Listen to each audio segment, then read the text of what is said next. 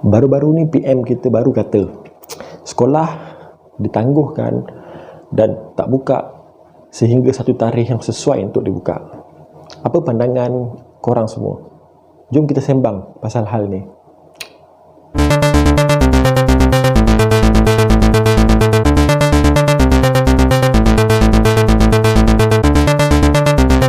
Assalamualaikum, selamat datang ke channel Syed Judain Sembang. So, hari ni kita masih lagi dalam PKP dan baru-baru ni PM kita pun ada kata yang PKP disambung sehingga ke tarikh 28 hari bulan 4. Jadi sekolah mungkin tidak akan dibuka lebih awal. Kita mungkin akan tangguhkan dahulu sesi persekolahan sehingga kita benar-benar yakin bahawa keadaan telah pun kembali pulih. PM kita kata sekolah masih tak boleh dibuka sehingga satu tarikh yang diberi tahu. Kenapa? Sebab ramai orang tanya ni, kan? Dah lah waktu cuti ni cikgu bagi kerja pun kena, tak bagi kerja pun kena. Tak tahulah apa yang orang nak, kan? So, jom kita sembang. Kenapa sekolah masih tak boleh dibuka? Jawapan yang paling tepat sekali adalah kerana murid-murid berkumpul di sekolah.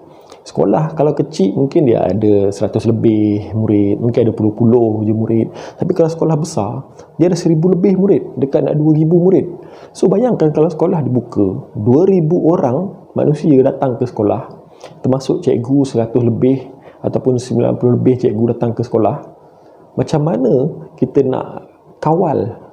Kalau kita nak buat penjarakan pun dengan jumlah yang 1000 lebih tu, macam mana kita nak buat? So, memang murid-murid akan berkumpul di sekolah. Sebab tu masih tak boleh dibuka. Ada yang bagi cadangan, hari Isnin tahun 1, hari Selasa tahun 2, hari Rabu tahun 3. Tapi sebenarnya masih lagi berkumpul. Kalau 1 tahun tu ada 100 lebih murid, kan? Semua datang ke sekolah, masih lagi ada 100 orang yang berkumpul di sekolah. Kalau kita nak buat penjarakan meja pun macam exam, kan, kita jarakkan meja macam exam, okey, mungkinlah boleh bertahan setengah jam sebab dia kanak-kanak, dia murid. Okey, kita tahu murid ni tak boleh duduk diam, dia akan bergerak, macam itulah, lagi-lagi waktu rehat. So ada juga yang bagi cadangan datang ke sekolah mengikut waktu giliran. Contoh pukul 7 sampai 7.30 tahun 1, 7.30 sampai 8 tahun 2, 8 sampai 8.30 tahun 3, contoh. Tapi masih berkumpul. Yelah, mungkin penjarakan tu waktu nak datang dan waktu balik je kita berjaya buat. Tapi dah masuk sekolah, berkumpul juga. Jadi masalah juga kalau parent tu ada 2 orang anak atau 3 orang. Pukul 7 dia hantar seorang, lepas tu balik. Jadi pukul 8.30 hantar lagi seorang. Tak adalah parent nak hantar macam tu, kan. Kita perlu tunggu sehingga isu dan kes dan wabak ini betul-betul selesai. Walaupun hanya seorang sahaja pembawa, kalau dia datang ke sekolah, dia berjumpa dengan 40 orang kawan dan berjumpa dengan pelbagai cikgu pula bergerak ke satu kelas, masuk bilik guru, cikgu lain pula bergerak ke kelas lain, and then semua orang balik rumah, jumpa family masing-masing. Dia sebenarnya boleh menyebabkan penyebaran. Walaupun hanya daripada seorang, akan menjadi banyak. Dan dia boleh membentuk satu kluster yang baru lagi, walaupun sekolah itu sekolah kluster. Itulah sebab kenapa sekolah masih tak boleh dibuka, adalah kerana murid akan berkumpul di sekolah. So, kalau sekolah nak dibuka nanti, sampai satu tahap mungkin kerajaan kata, okey, dah boleh buka sekolah. Apa yang kita perlu buat? Saya rasa yang pertama kita perlu sanitize sekolah. Mungkin kita perlu walaupun waktu cuti murid tak datang, tapi kita tak tahu, kan, kita ambil langkah keselamatan, langkah berjaga-jaga, kita sanitize sekolah. Ataupun mungkin waktu murid datang kita boleh cek suhu, ataupun ada sekolah yang dah buat pun penyediaan hand sanitizer di setiap kelas, cikgu pakai, murid pakai.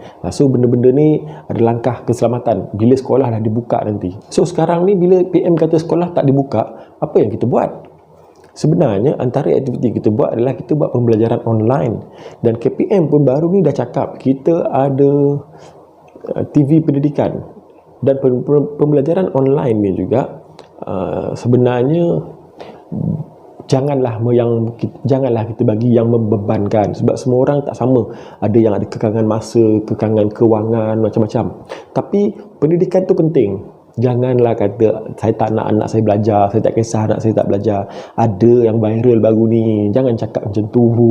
Pendidikan ni penting. Dengan pendidikan lah kita tahu membaca, mengira, menulis. Boleh pula kita kata tak nak anak kita belajar. Jangan cakap macam tu. Cuma cikgu-cikgu mungkin boleh buat cara yang lebih tersusun ataupun sistematik untuk memudahkan guru, murid dan parent. Contoh, kita buat penggiliran hari. Hari Isnin bahasa Melayu, hari Selasa bahasa Inggeris, hari Rabu matematik, hari Khamis sains, hari Jumaat mungkin boleh agama atau moral atau seni. Okay, and then minggu depan repeat balik. So pada hari Isnin, cikgu BM sahaja yang post, cikgu BM sahaja yang respon. Jadi murid terima kerja BM sahaja. Hari tu dia fokus buat BM sahaja. Masuk hari Selasa, cikgu BM dah boleh semak kerja tu. Cikgu BI pula post. Cikgu BI pula yang berkomunikasi, berinteraksi. Cikgu lain tidak terlibat. Dan murid fokus buat BI sahaja. Macam itulah untuk hari-hari seterusnya. Dia lebih sistematik, lebih tersusun, memudahkan cikgu, memudahkan murid dan juga memudahkan parent untuk menguruskan anak-anak. Tapi ingat, still jangan bagi yang membebankan, bagi yang memudahkan. Itulah sebab kenapa sekolah masih tak boleh dibuka dan antara beberapa aktiviti yang kita boleh buat sepanjang PKP ini. Jadi sebenarnya kita harap benda ni cepat selesai sebab kita nak menjalani kehidupan yang normal, kita nak pergi bekerja, murid-murid nak pergi sekolah, kita nak menjalani kehidupan yang seperti biasa dan kita sama-samalah kita main peranan dalam PKP ni. Kita patuh dengan arahan kerajaan. Semoga benda ni cepat selesai. Itu sahaja yang kita nak sembang hari ini. Terima kasih kerana menonton. InsyaAllah kita akan sharekan video-video pada masa yang akan datang. Teruskan like, share dan subscribe. Assalamualaikum. Bye-bye.